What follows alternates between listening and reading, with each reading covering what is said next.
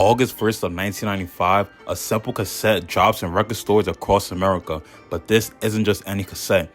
This is the purple tape. No fancy corporate marketing campaign, no radio-friendly singles to lure in the mainstream audience, just a color that will soon become myth, a sound that will reshape hip-hop, and a vision that will set the standard for street storytelling for generations to come. This is the story of Only the Book for Cuban Linx, a cinematic masterpiece born from the dark hallways of Staten Island and orchestrated by three musical geniuses, Raekwon the Chef, Ghostface Killah, and the RZA. Together, they crafted not just an album, but a street opera, a lyrical documentary on crime, loyalty, betrayal, wealth, and survival. In 1993, Wu-Tang Clan had already stormed the gates of the rap industry with Enter the Wu-Tang 36 Chambers, raw, unpolished, and revolutionary.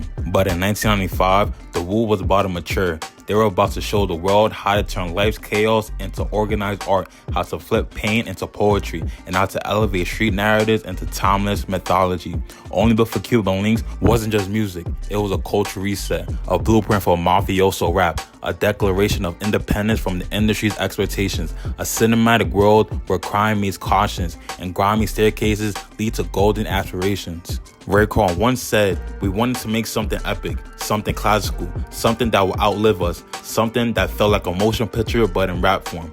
30 years later, the purple tape hasn't aged a day. It's only grown more powerful, more respected, and more influential. Its fingerprints are everywhere in modern hip-hop, from Griselda to Freddie Gibbs, from Jay-Z to Nas, from Pusha T to Kendrick Lamar. This is the untold story of its creation, the moments that almost broke it, the genius that made it immortal, the sound of ambition, pain, and power. 1993 changed hip-hop forever. Wu-Tang emerged from the slums of Shaolin, Staten Island, armed with dusty beats, street scriptures, and raw charisma. Enter the Wu-Tang 36 Chambers was a bomb dropped on the industry. Dark, violent, funny, and unapologetically grimy.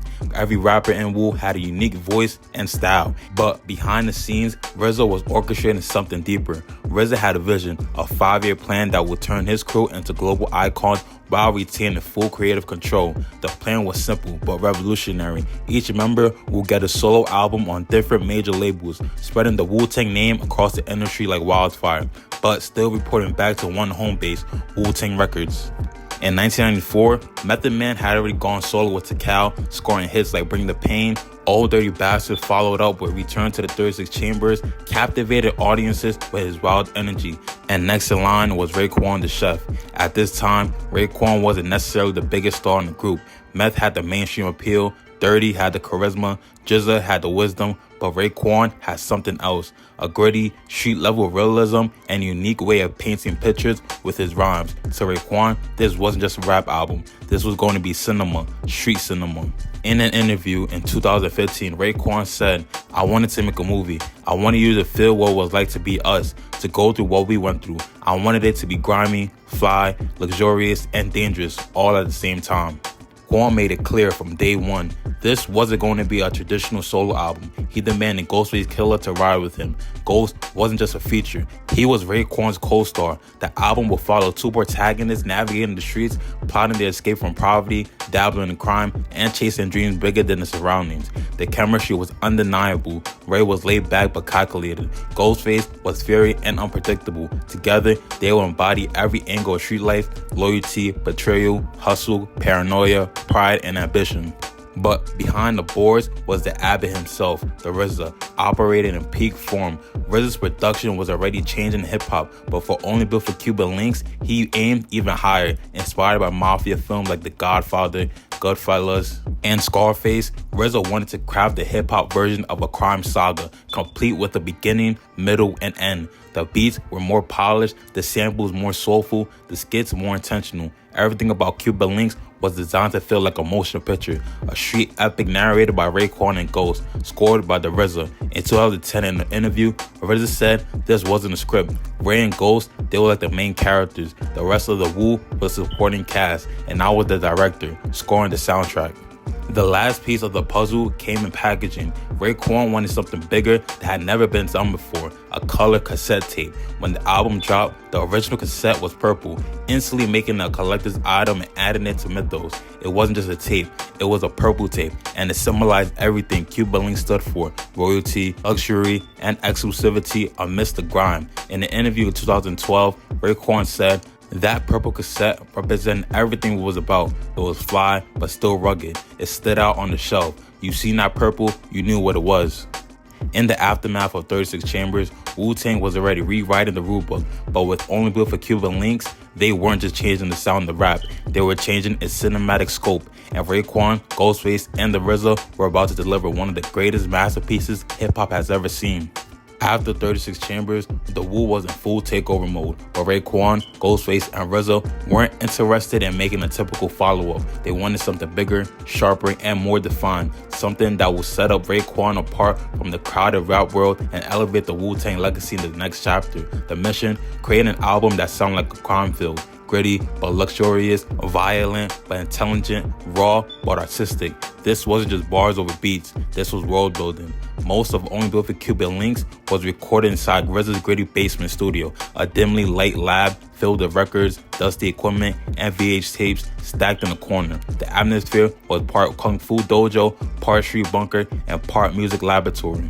RZA controlled every inch of the sessions. He wasn't just producing, he was directing, scoring, and guiding every rhyme. Songs were written like scenes in a film, with certain tracks designated for heist, introspection, paranoia, or celebration.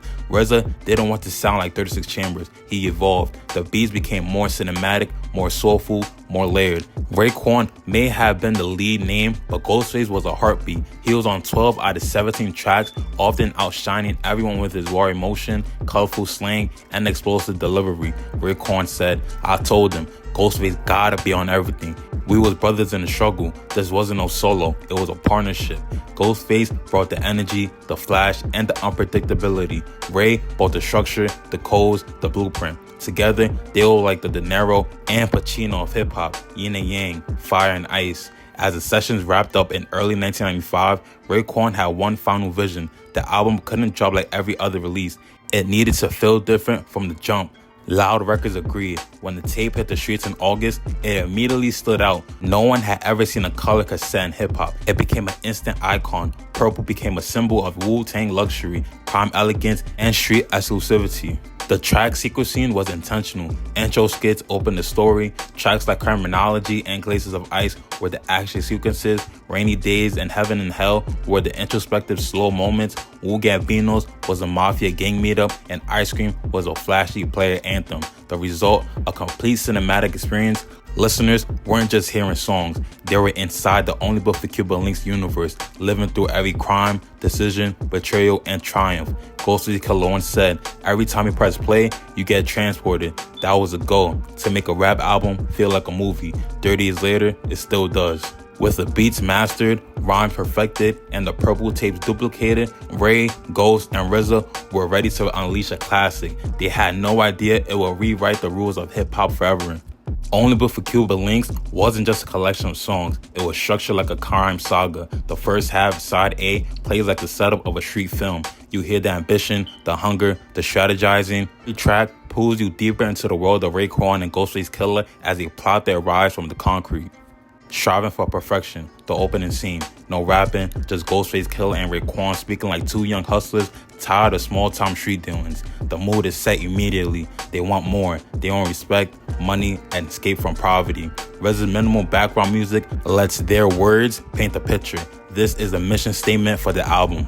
On Knuckleheads featuring You God, this track is pure early Wu-Tang street energy. Raekwon the Chef opens the track up with his verse, then Ghostface Killah follows up, then You God ends the song off with his best verse I think he has in his entire catalog. This is raw street corner energy with no pop polish whatsoever. Track number 3, Knowledge God. Raekwon's solo track, lacing complex street narratives with 5% of wisdom. His flow is dense with slang and coded references to street life. This is Ray in philosopher mode, showing off street intelligence while flexing lyrical control. Number 4, Criminology. Probably the most iconic song on this entire album. This track introduces Ghostface Killah most iconic early verses, explosive energy, rapid fire slang, complete confidence. Ray follows up with his verse, and they both showcase their synchronized chemistry. RZA's beat, urgent strings, booming drums make this a Wu-Tang classic. Track number 5, Incarcerated Scarfaces. Ray delivers one of the most celebrated solo Wu-Tang tracks ever. This is Raekwon's at his smoothest, sharp delivery, stylish street lingo, flawless flow. RZA flips the sample into something silky but sinister. Track number 6, Rainy Days, featuring Blue Raspberry, one of the most emotional and haunting songs on the project. Ghostface opens up with a melodic, almost sung verse, a rare early example of emotional ghost. Ray follows up with a vivid crime poetry. Blue Raspberry's soulful hook captures the pain of survival. The track shows the internal struggle, pain, paranoia, and hopelessness behind the hustle. Track number 7, Guillotine Swords, featuring Inspector Deck, Ghostface Killah, and the GZA. The lyrical warfare track, Inspector Deck opens up with a top-tier verse, often cited among his career's best. Ray and Ghost follow up with their verses, and then the GZA closes it off with his lyrical prowess. The chopped-up soul sample keeps it raw, while the martial arts effects elevate the energy. Track number 8, Can't All Be So Simple, the remix, featuring Ghostface Killah. This is a more refined, smoother, more introspective version of the 36 Chambers classic. Ray and Ghost reflect on their origins, lost innocence, and the pressures they faced in the street life. It serves as a perfect closing to side A, looking back before the album dives deeper into the harshness of street ambition. Track number 9, Shark Niggas, aka Biters. The famous interlude features Ray and Ghost calling out industry rappers for swagger jacking Wu-Tang style, most notably the notorious B.I.G., who they say copied Nas for putting his baby picture as his album cover for his debut album, Ready to Die. It's the first direct, unapologetic shot at biters in rap at that time. It's a legendary Wu moment, blending ego, pride, and early East Coast rivalry energy. Next is track number 10, Ice Water, featuring Ghost and Capadonna. The track introduced Capadonna to the world. His verse here was originally recorded while he was on a furlough from prison. Capadonna's debut set the tone for his grimy, free association style that fans will come to love. His verse explodes with imagery and hustler talk. Ray closes it out with icy metaphors. RZA flips the lush berry white sample into something cold, calculated. Imagine the ice water in my veins energy on the lyrics. Track number 11, Glaciers of Ice, featuring Ghost and Master Killah, the ultimate get money anthem of the album. Ghostface delivers luxury street talk, Versace plates, ice-style jewelry, high fashion in the hood. Master Killah makes a rare appearance with a short, cold verse. RZA's icy strings, gritty drums, and echo effects give this track an almost arctic atmosphere. Ghost's verse contains some of his wildest slang explosions, giving birth to countless Wu-Tang dictionary breakdowns. Track number 12, Verbal Intercourse, featuring Nas and Ghostface Killah. This is hip-hop history, the first non-Wu-Tang feature on a Wu album, and it's no other than Nas. Nas delivers one of the most celebrated guest verses in hip-hop history. Ghost and Ray follow with their own cinematic tales. The beat is smooth yet ominous, making the track feel like a mob sit-down. This was the moment Mafioso rap fully formed, influencing albums like Reasonable Doubt and It Was Written.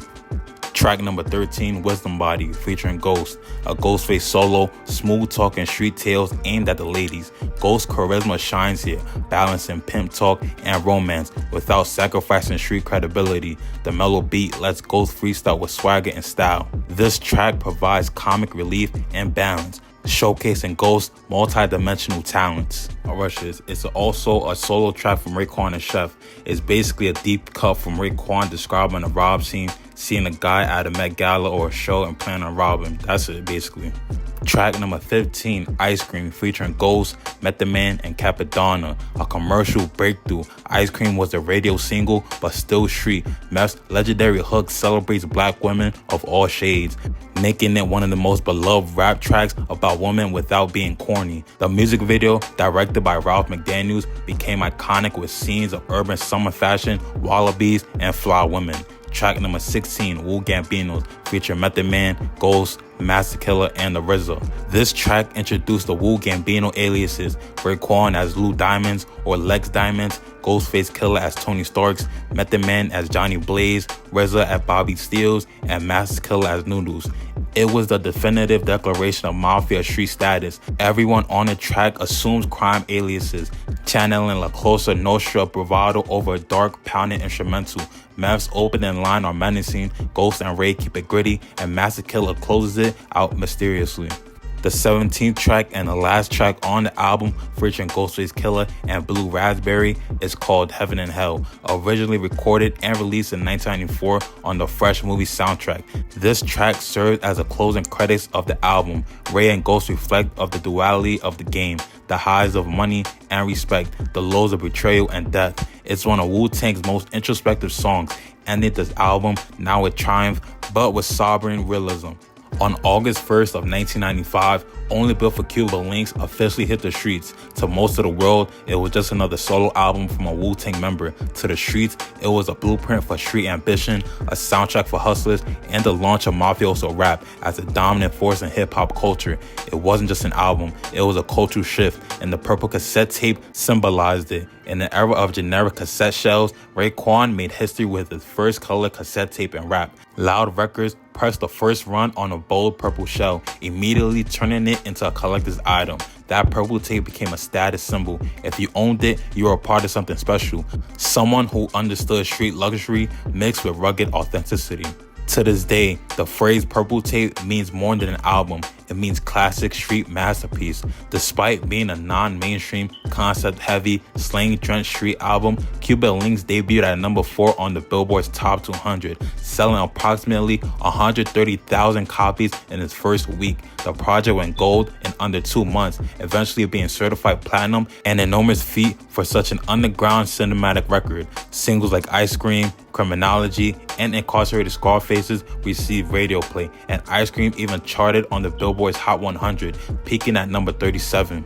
Cuban Linx didn't just dominate, it changed hip-hop's direction.